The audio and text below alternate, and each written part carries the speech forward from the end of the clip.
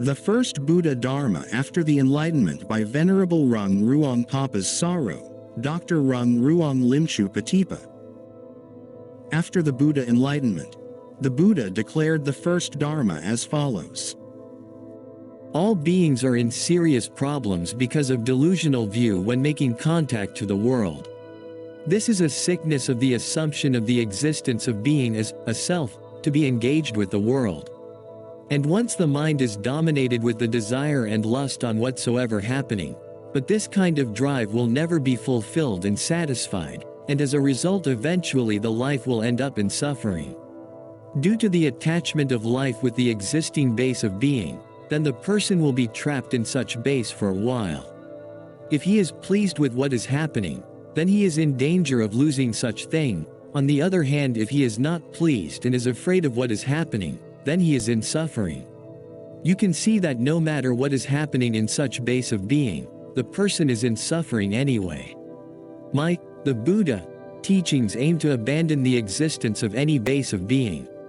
Whoever claims that the liberation from existence can be achieved by dwelling to some existence basis, like heaven, I declare that it is not correct. However, those who claims that the liberation from existence can be achieved by dwelling to some existence basis, like emptiness, I also declare that it is not correct as well. Both of them still cannot abandon the existence of being. The path and way to abandon the existence of being is not by forcing the mind to be in or to be out from certain existence base of being, but it is the study on the truths of life within nature to realize that all suffering in life are caused by the delusional assumption of self to be engaged with the world. Therefore, the only way to disrupt this problem is by the destruction of the five aggregates subject to clinging. Then the object of consciousness is no self, the consciousness is no self, and as a result this is the way to make an end of suffering in life. As long as there is an ignorance covering up the truths of life by delusional assumption of self, the person will be pleased and satisfied with the existence of such object of consciousness. Then he will not be able to abandon the existence of any base of being because of the continuation of the production of renewed object of consciousness. However, due to the fact that every phenomenon in nature is impermanent, deteriorating, and no self, while trying to hold such base of being, but it contradicts to the reality of nature, and as a result this crash will cause suffering in life. Those who realize the fact that the object of consciousness is impermanent, deteriorating, and no self, then they will gain the wisdom of the truths of life, and the craving will be liberated. They will not please with the craving on existence or the craving on extermination or the craving for sensual pleasure anymore. And because of the destruction of craving, then there is no more suffering in life. There will be no production of the renewed base of being because the aggregates subject to clinging are fully destructed, then the life is liberated. The true knowledge arose, darkness was banished and light arose, as happens in one who dwells diligent, ardent, and resolute, reaching the unborn supreme security from bondage, nibbana. This success can be compared like an arising sun at dawn. The Buddha began with explaining the landscape of life in the world, that all beings are in suffering due to the sickness of delusional assumption of self as being. When encountering with incoming stimuli from the world, the mind starts the processing of the process of dependent origination as follows. In dependence upon six sense bases there is contact. In dependence upon contact there is feeling. In dependence upon feeling there is craving. In dependence upon craving, then pursuit, gain, decision-making, and desire and lust. There is clinging. In dependence upon clinging there is becoming existence. In dependence upon becoming existence there is birth. In dependence upon birth there is aging and death.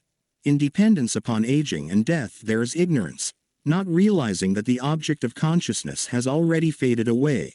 In dependence upon ignorance there is volitional formations, thinking with the mixture of latent dispositions. In dependence upon volitional formations there is consciousness. In dependence upon consciousness there is internal name and form, and the internal name and form are fed into the next round of the process of dependent origination, which we generally call thought. By having the assumption of self to absorb the arising feeling, then no matter what kind of feeling it may be, either sensual pleasure or pain, the mind will be struggling with craving in sensual pleasure or extermination. These craving will lead to pursuit, gain, decision-making, and desire and lust, respectively. This will dominate in the whole mind processing to be the five aggregate subject to clinging. And if we let the mind continue to dysfunction like this in the volitional formations of many rounds of the process of dependent origination, then this minor problem will be escalated and aggravated to become greed, hatred, and delusion before bursting out into action of evil doing. There are three critical areas that cause the dysfunctions of mind in the process of dependent origination. Starting at the craving, where is the origin of the assumption of either a self or anything belonging to a self. Then the domination of a self at the five aggregates subject to clinging, and finally the production of renewed object of consciousness at ignorance. And the way for the destruction of the taints must be fully executed at these areas of craving, clinging, and ignorance in order to completely terminate the process of dependent origination. The noble person in Buddhism will have only bodily feeling, but not mental feeling. The Buddhism is about establishing mindfulness to study on the truths of life that the delusional assumption of self at craving causes the five aggregates subject to clinging. Therefore we all are trapped into the existing base of being. And this is the reason why no matter what kind of existence base of being we may be in, such as heaven or emptiness, are not immortal, and it will not last forever by the law of nature, because these objects of consciousness, mental phenomena, in the process of dependent origination will arise and fade away in nature, so they are impermanent, deteriorating, and no self. The Buddha explained that what one intends and what one plans and whatever one has a tendency toward, this becomes a basis for the continuance of consciousness, as stream of consciousness. When there is a basis, there is a support for the establishing of consciousness. When consciousness is established and has come to growth, there is the production of future renewed existence of new consciousness.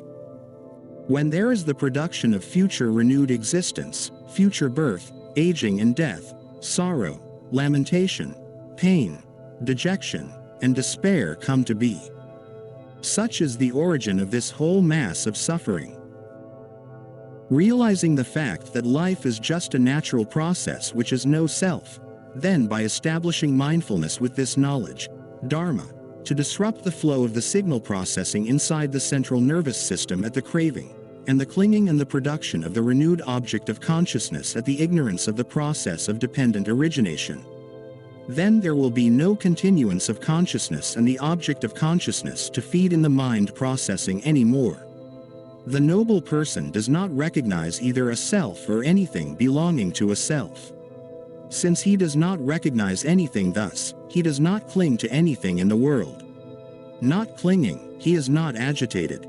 Destroyed is birth. The spiritual life has been lived. What had to be done has been done. There is no more coming back to any state of being. This is the true knowledge from the Buddha enlightenment to make an end of suffering in life, and after then the life will reach the unborn supreme security from bondage, nibbana.